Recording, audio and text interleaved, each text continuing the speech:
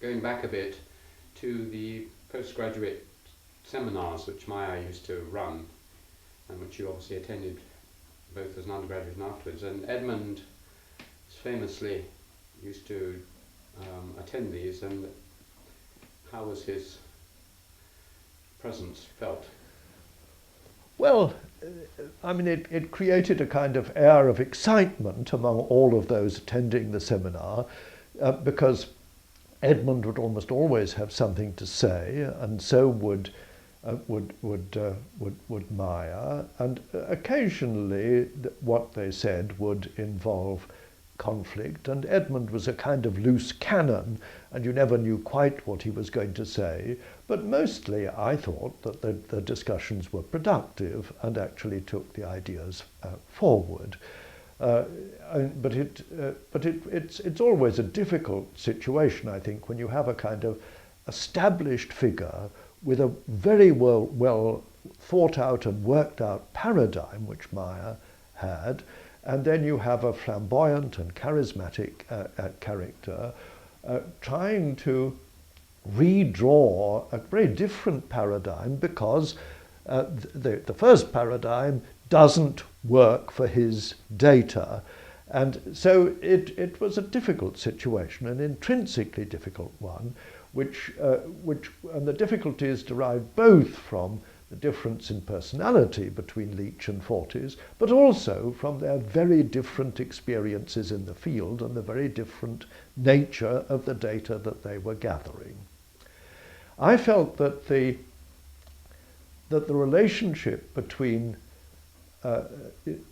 Leach and Fortis became unproductive later, because what happened was Fortis became preoccupied with Leach's attack on his paradigm, and I think he should have really not bothered about that too much, and he should have got on with developing his own wonderful insights into the West African data.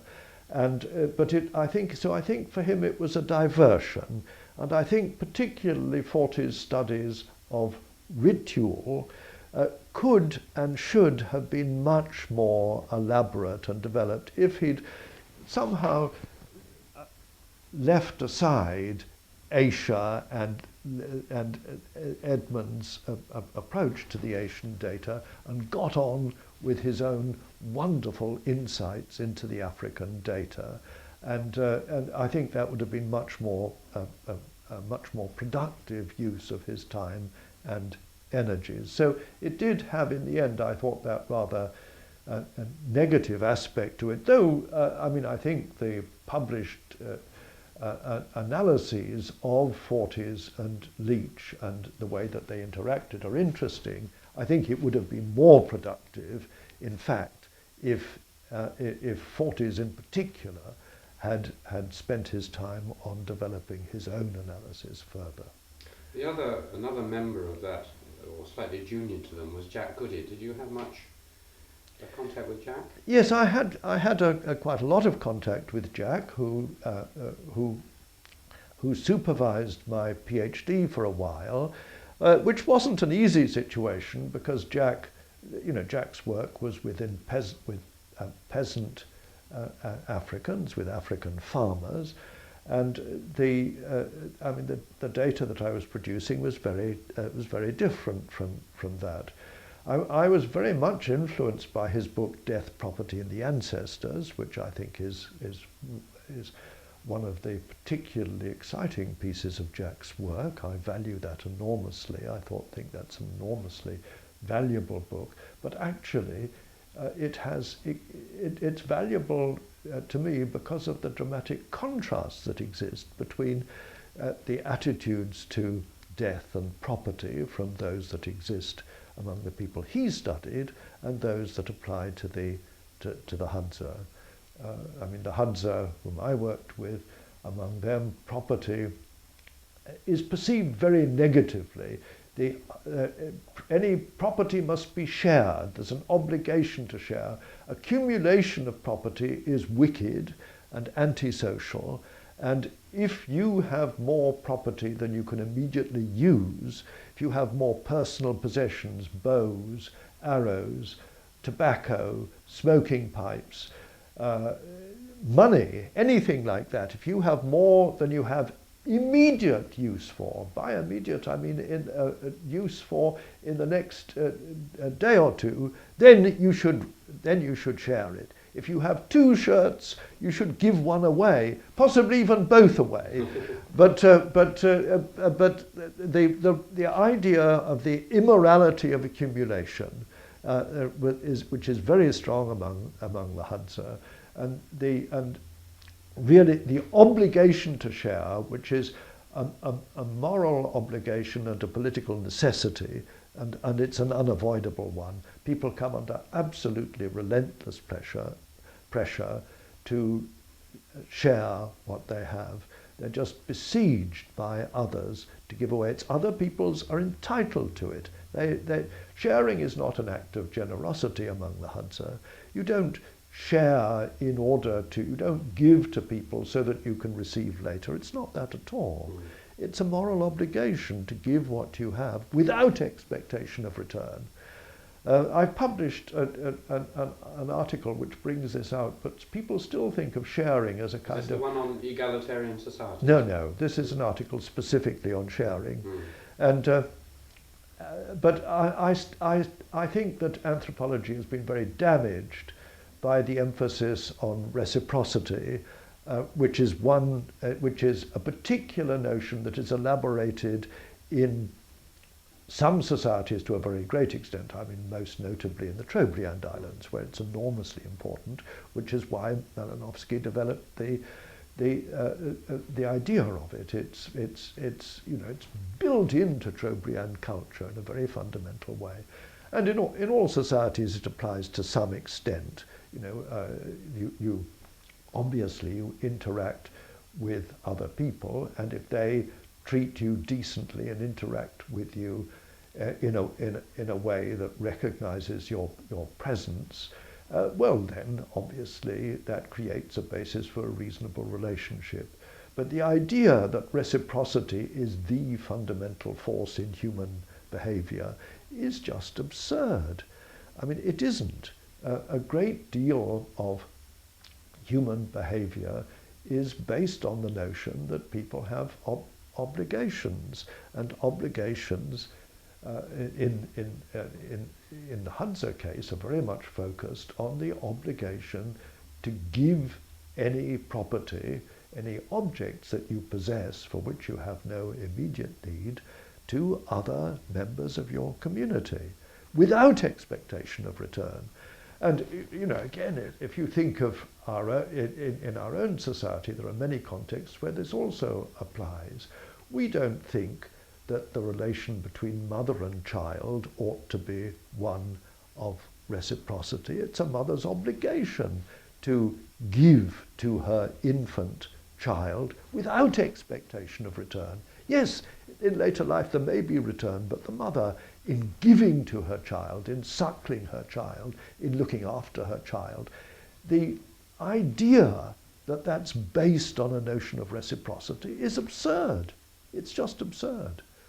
And I think this is deeply damaging to anthropology, the preoccupation with reciprocity.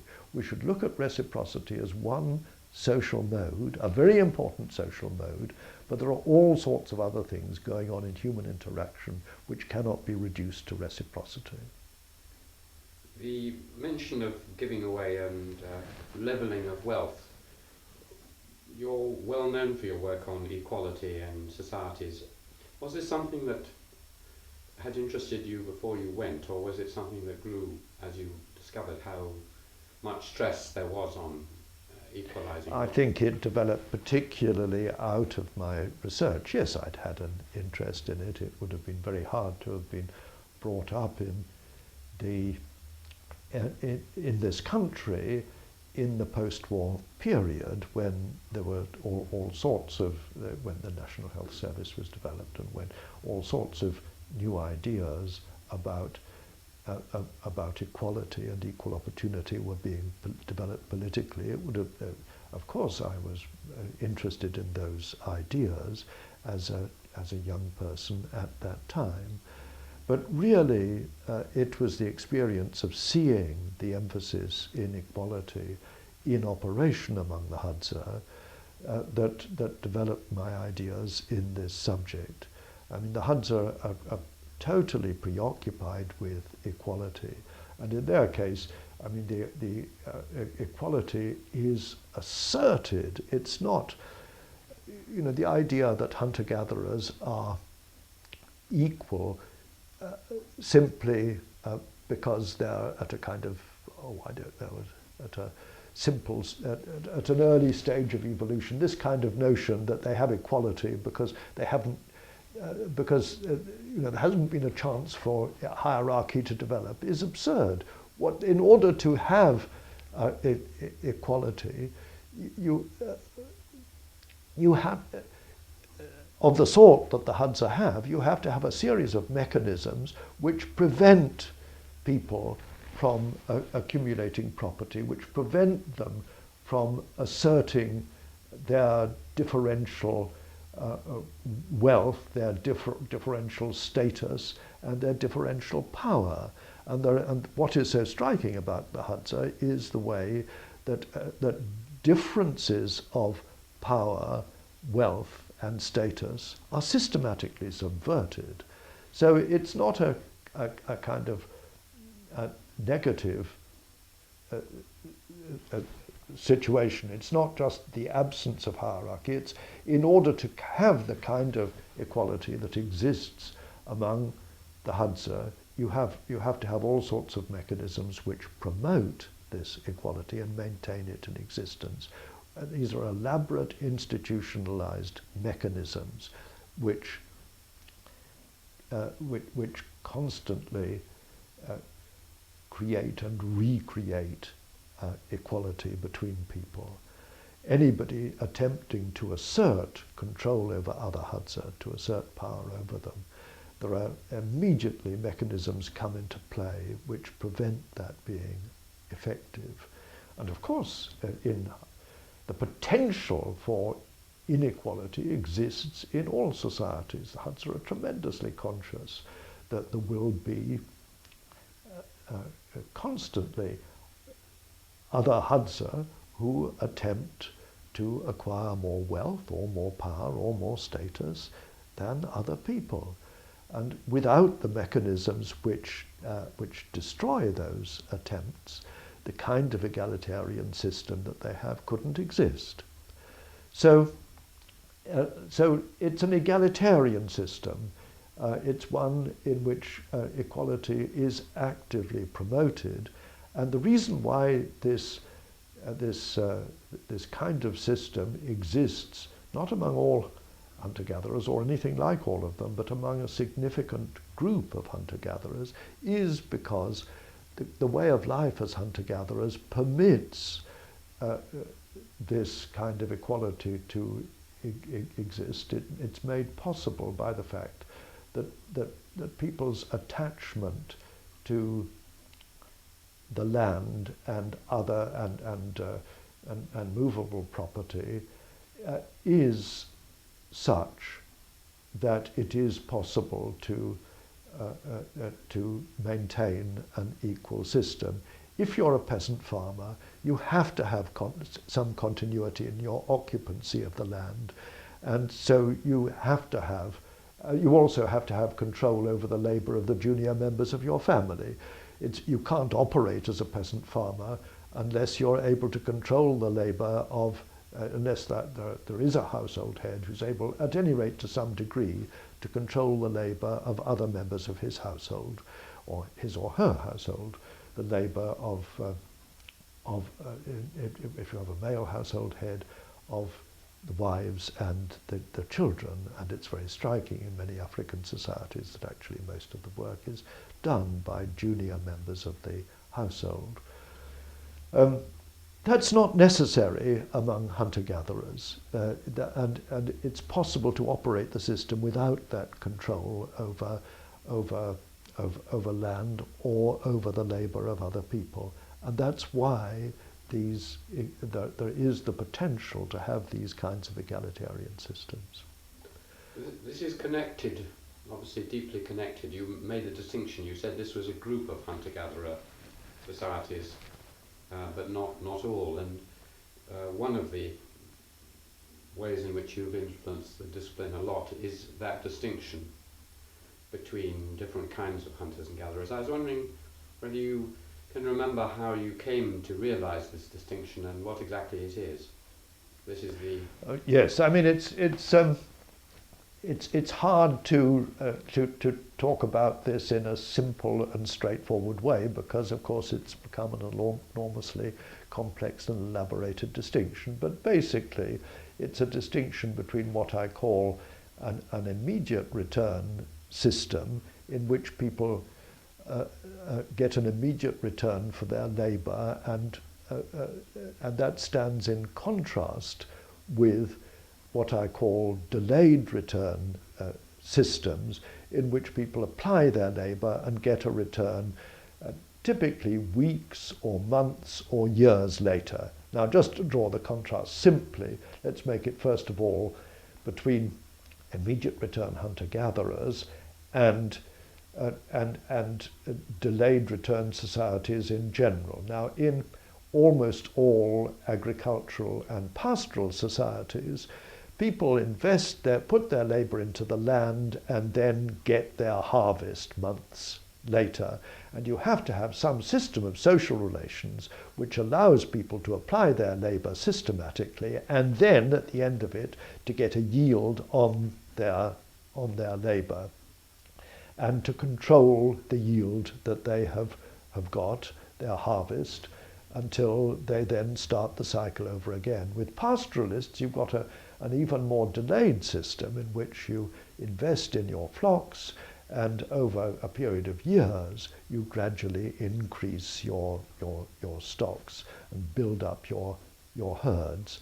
And in pastoralists, most of the labour typically comes from young unmarried men whose marriage has been delayed. That labour is controlled by the household head, and the sons or other junior members of the household work for their father with the expectation of eventually inheriting the herd into which they have put their labour.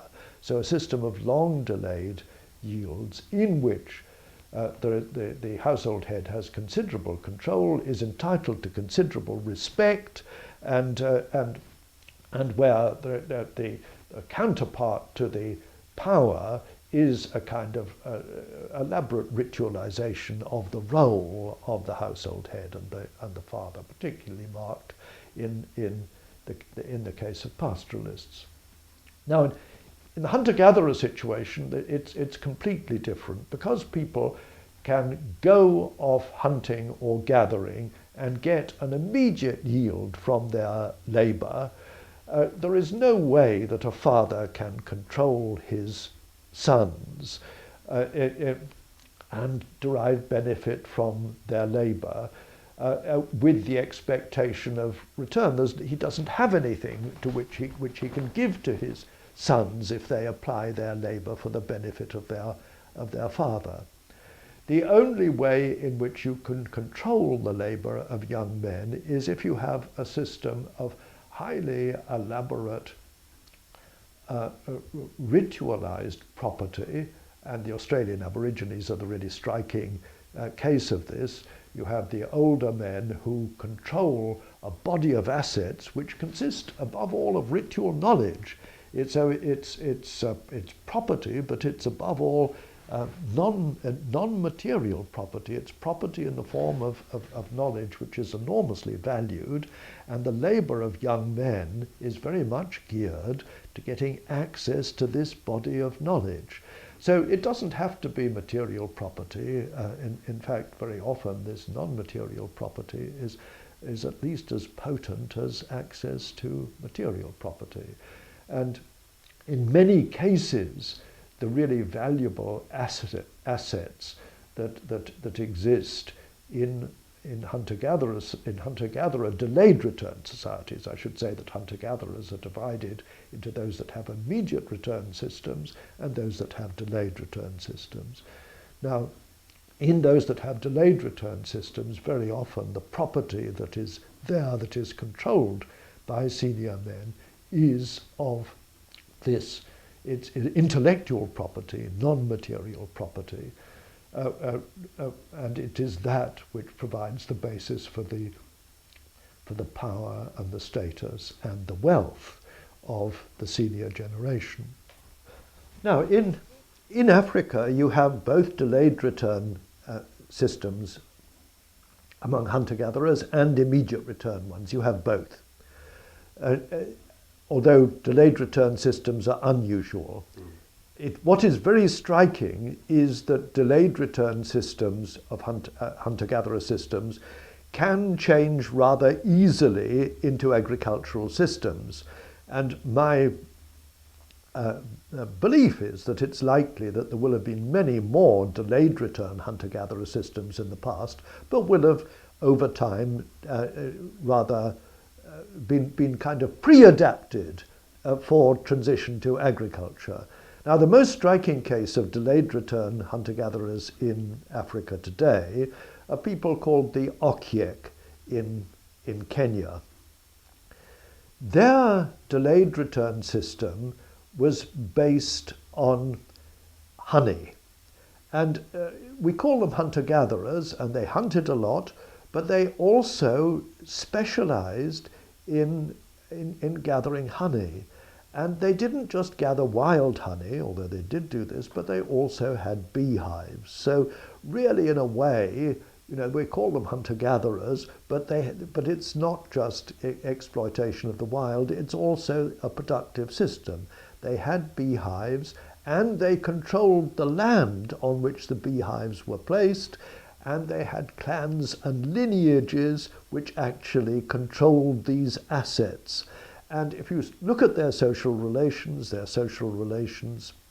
have many resemblances to the social relations, the system of social relations that is familiar among African peasant farmers, with household heads having very much more control over assets than they do among immediate return hunter-gatherers, with there being not the same emphasis on generalized sharing that you have immediate returners.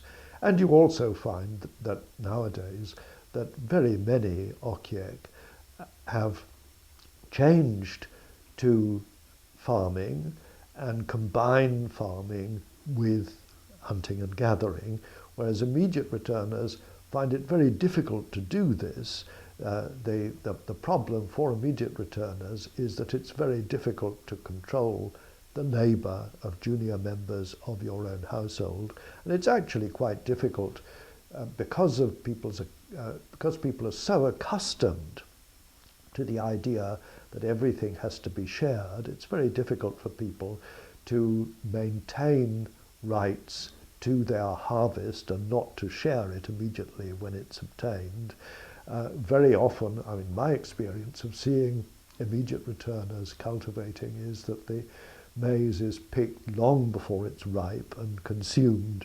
There's no seed to go through to the next year. Very difficult just to maintain the system. Very difficult to get labour applied systematically. System of social relations doesn't lend itself to agriculture. So typically what we find in the modern world is hunter-gatherers and former hunter-gatherers, and there are more former hunter-gatherers around, recognized former hunter-gatherers, than there are hunter-gatherers nowadays, is practicing some agriculture, yes, but practicing it effectively, very few. Very often it's really practiced, but not very effectively, without very effective control over the labour of junior members of the household or of the harvest once it's obtained. And typically hunter-gatherers do a lot of immediate return activity by working for food on the land of neighbouring farmers, in which they get an immediate yield for their labour, rather than doing much agriculture for themselves. which is rather similar to Nurit Bird David's idea about wage gathering, if you remember. Yes, yes, yes. First, the last question I'd like to ask you really is, you've spent an amazingly long time in the field, 3 or 4 years, and you've been back again and again and again. Can you just sort of explain the attraction of working and living with the Hadza? Well, I mean, this is a complicated problem. I often wonder whether I would have been better to do the more usual thing in anthropology, which is to go to do detailed studies of 2 or 3 different groups. I think that the Hadza are perennially fascinating for a number of reasons. They've attracted not just me, but many other researchers. But they are a highly distinctive group, and a very interesting group for that reason, quite distinct from their neighbours. And really my work has been very much geared to trying to understand the nature of that distinctiveness, their linguistic distinctiveness, their social distinctiveness, and their other aspects of this situation. I think that the language point has always been very important to me. I think it's been a source of major disappointment, really, that little of the subsequent research among the Hadza by social researchers has involved people learning the language properly. And I think this is a great pity. Far too much of the more recent work has been done through Swahili. And although all sorts of things can be discovered in this way, I do think it's a limitation not being able to understand people's ordinary conversations with each other. Now, I don't understand everything, and particularly now that I'm becoming increasingly deaf, I do have a problem in understanding all of the casual conversation. But what I always know is what it's about. I always know what people are talking about, even if I don't get all of the details, and then I can ask people about it. And I do think that's important. So, yes, so and really, the Hadza are such a striking case. Their social relations are so strikingly distinctive that they've represented an enduring challenge, and one that has occupied me throughout the years. There's also been another element to it too. The Hadza have had an absolutely terrible time in recent years, with increasing theft of their land by their neighbours. Most of the land that they had when I started work among them in the 1950s has been stolen. The Hadza in some areas are living as paupers on land grabbed from them, stolen from them by their agricultural neighbours, in a situation in which there's extreme discrimination against them. Now, the Hadza in those contexts are angry and bitterly resentful, and there's a kind of obligation. There's an obligation that I certainly feel as somebody who has some knowledge of their background, to try to help them in this situation. Now, the help I've been able to give has been limited, but I do think that it's an appalling situation, and one that needs to be given wider recognition. I've published on the subject.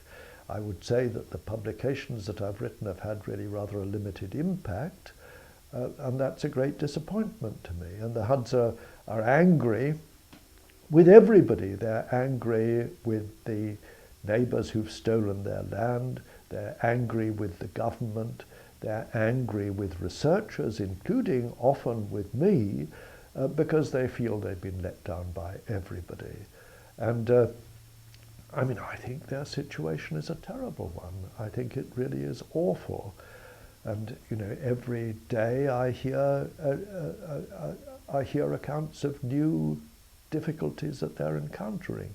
Now, a lot of people, Hadza and others, have made huge efforts to try to do something about the situation, but without, it's fair to say, a great deal of success so far.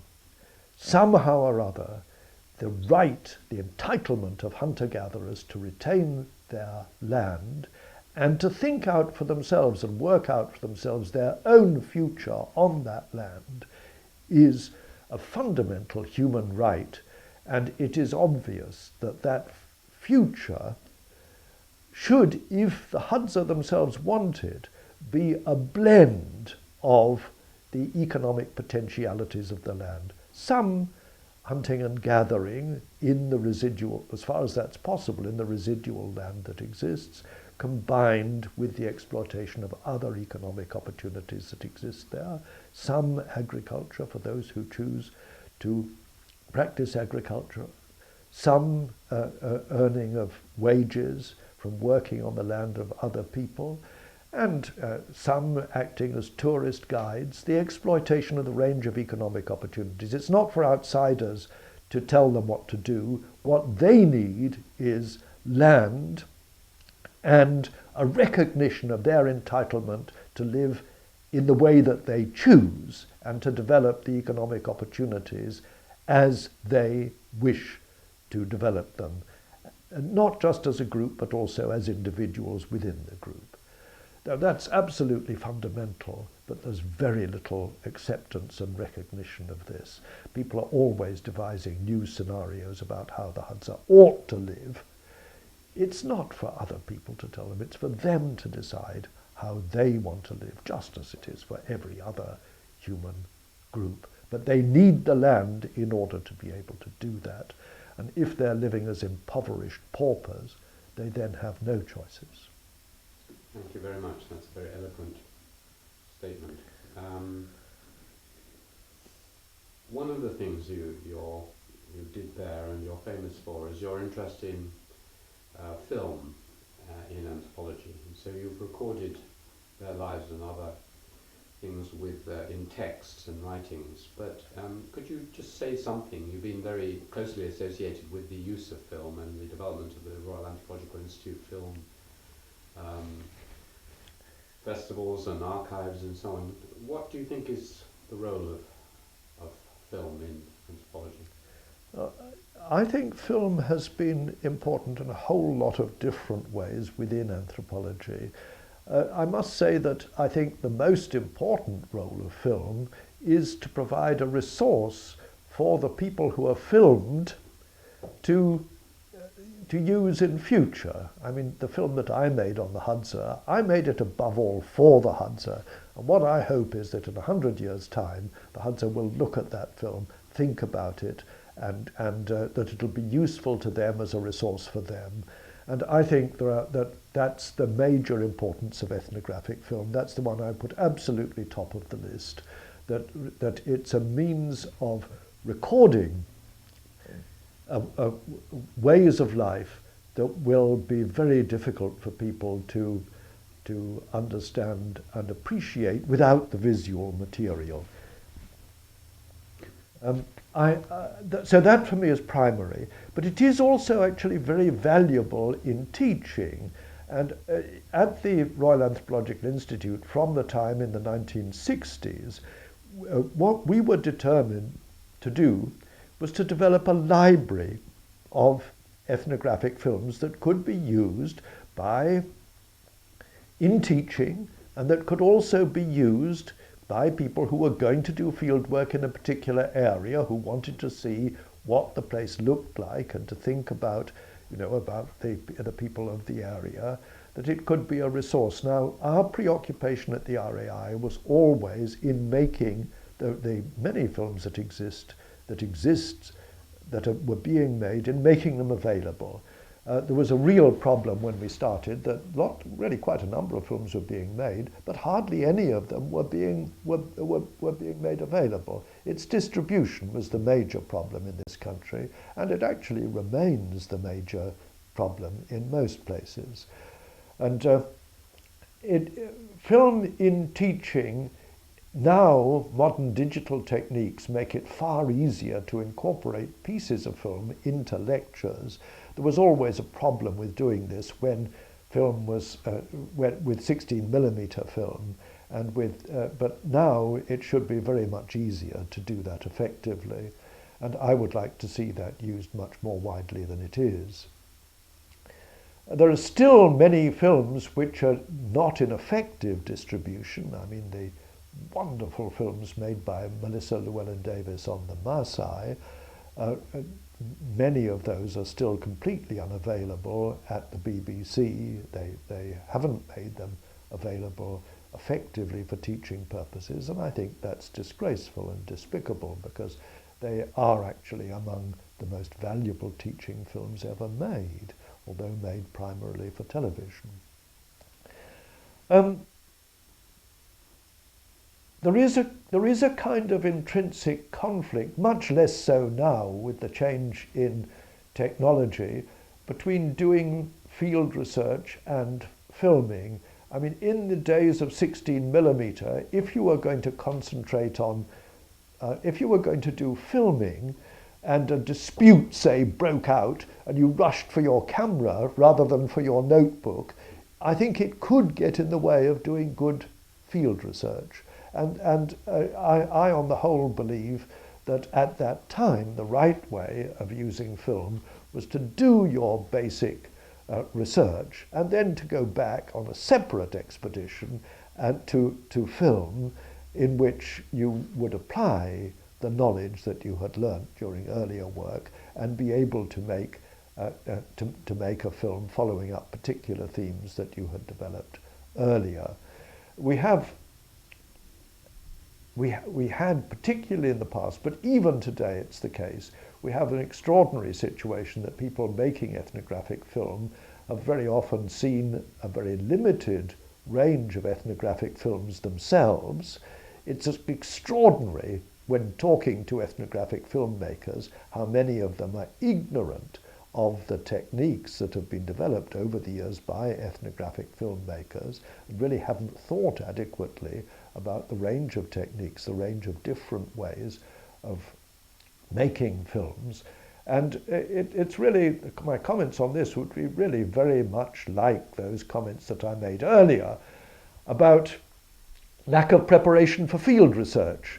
The preparation for field research and the techniques of field research in anthropology are essential, and equally, anybody who wants to make a serious ethnographic film should really work hard at viewing a range of ethnographic films and thinking, what kind of film do I want to make? What am I going to do about a commentary or subtitles? What am I going to, what kind of material am I going to use? How am I going to use it? And to think about all of these things carefully before filming, and preferably to do a few trial films and to show them to other ethnographic filmmakers.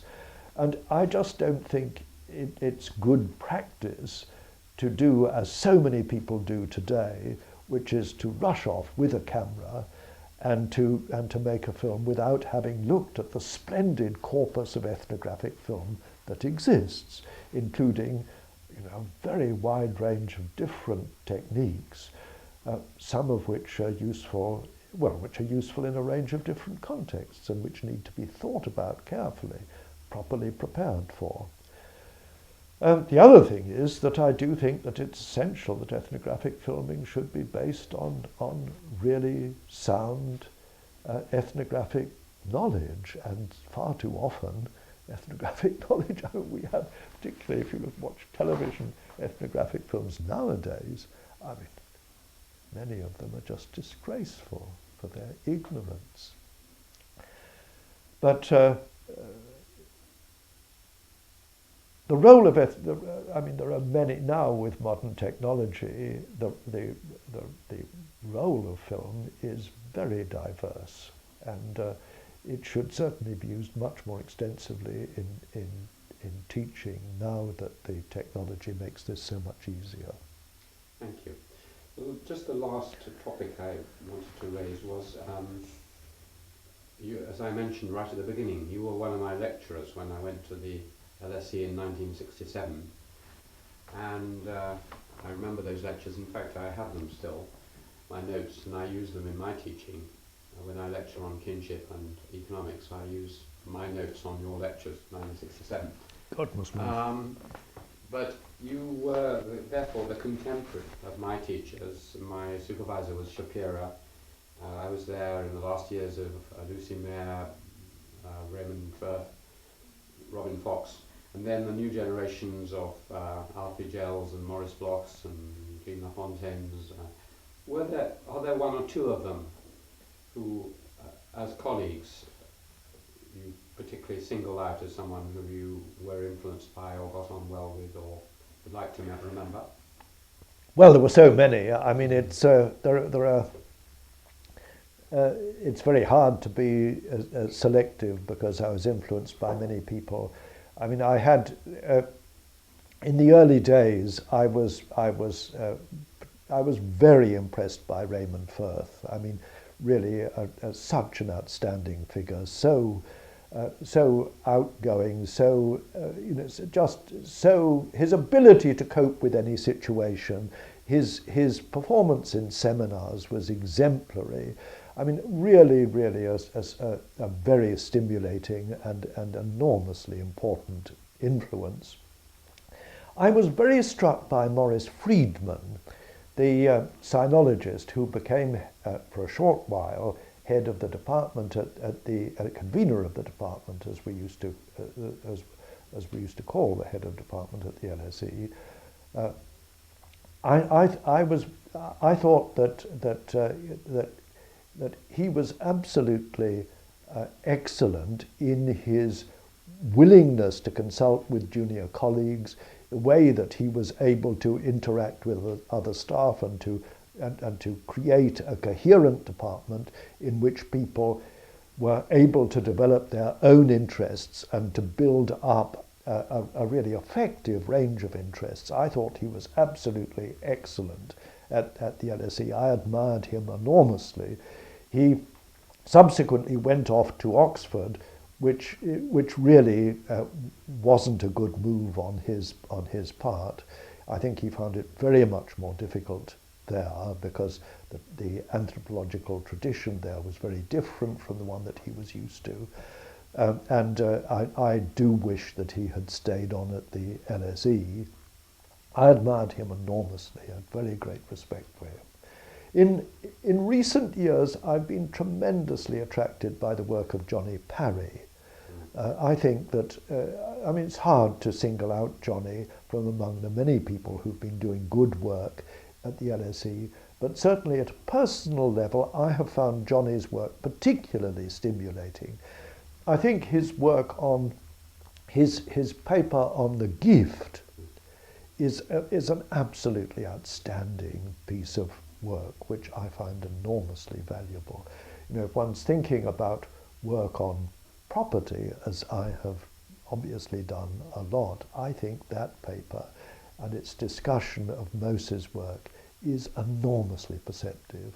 So I've learnt a huge amount from Johnny Parry, even though he's working in a totally different field.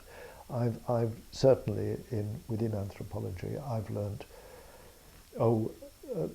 in recent years as much from Johnny as from anybody else. So those are people whom I would select, but it is a bit invidious, yes, because there are very many other people who I think very positively about, from whom I have learnt a lot. So the last question, which you don't really need to answer if you don't want to, thinking of this interview being viewed in 100 years or 50 years, is there any sort of final message for the future, which or anything you'd like to say about anthropology or your life, last reflections to them? Well, I mean, the first thing I would say is please, anybody watching this interview, please read my stuff. Don't just listen to my off-the-cuff remarks. I mean, I do feel that on a number of the topics I've touched on, that what I have said has been very inadequate, and I would like to see the people look more closely at the kinds of arguments that I've developed on equality, on sharing, and on other such topics. The other thing that I'd particularly like to say in conclusion is to comment on the appalling discrimination against hunter-gatherers in Africa and in other parts of the world today. And I think that Africans will look back in horror at the breaches of human rights that are occurring. We're talking about a tiny minority of people who don't constitute any kind of political threat, but who, if you look at sub-Saharan Africa in general, and the very many countries in which residual groups of hunter-gatherers and recognized former hunter-gatherers exist, the extent to which they have been forcibly moved from their land or their land has been stolen by their neighbors is something that is disgraceful and really needs attention, and it's a very serious human rights abuse. Now, in the past in Africa, I was very reluctant to criticize Africans strongly because they were having to put up with the horrors of apartheid and in some places the horrors of colonial administration too. Nowadays, when I think that it's very important that the same kinds of criticism that I am applying to discrimination in this country and in other parts of the world is applied to Africa as well. And the discrimination against hunter-gatherers and former hunter-gatherers is a very serious breach of human rights practiced by Africans against other Africans, and I would like to see this recognized and acted on, and the political will to act on this needs to be developed. There are African activists now conscious of this in a number of African countries, but not yet enough. The time will come when more people are conscious of it. I just hope it happens before it's too late, while there are still hunter-gatherers who still have land to be safeguarded. I fear that it may be too late. I mean, we should remember that in the case of the appalling genocide in Rwanda, that the population that actually lost the highest percentage of its members in the genocide were the tiny minority of the Batwa,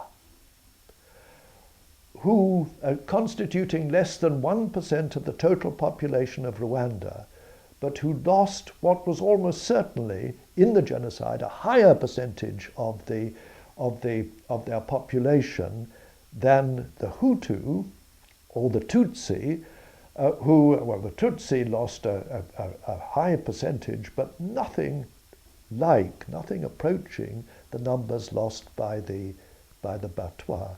And that's just not recognized. We need to recognize what is happening. We need to open our eyes and to get international recognition for this fact, and before it's too late, before more cases of discrimination occurs. Now, the Rwandan case is a very extreme one, obviously, but the loss of land is general, and it's that needs to be challenged.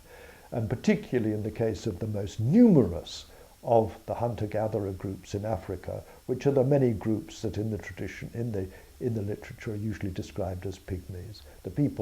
The hunter-gatherers of the tropical forests of the Congo-Kinshasa, the Congo-Brazzaville, the Central African Republic, Gabon, and the other countries in which they occur, where land rights are very rarely recognized.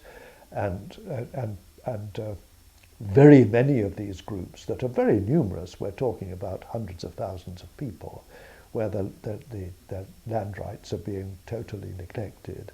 Agricultural peoples very often have a struggle to maintain their land rights, but it's nothing like the problem that exists for hunter-gatherers.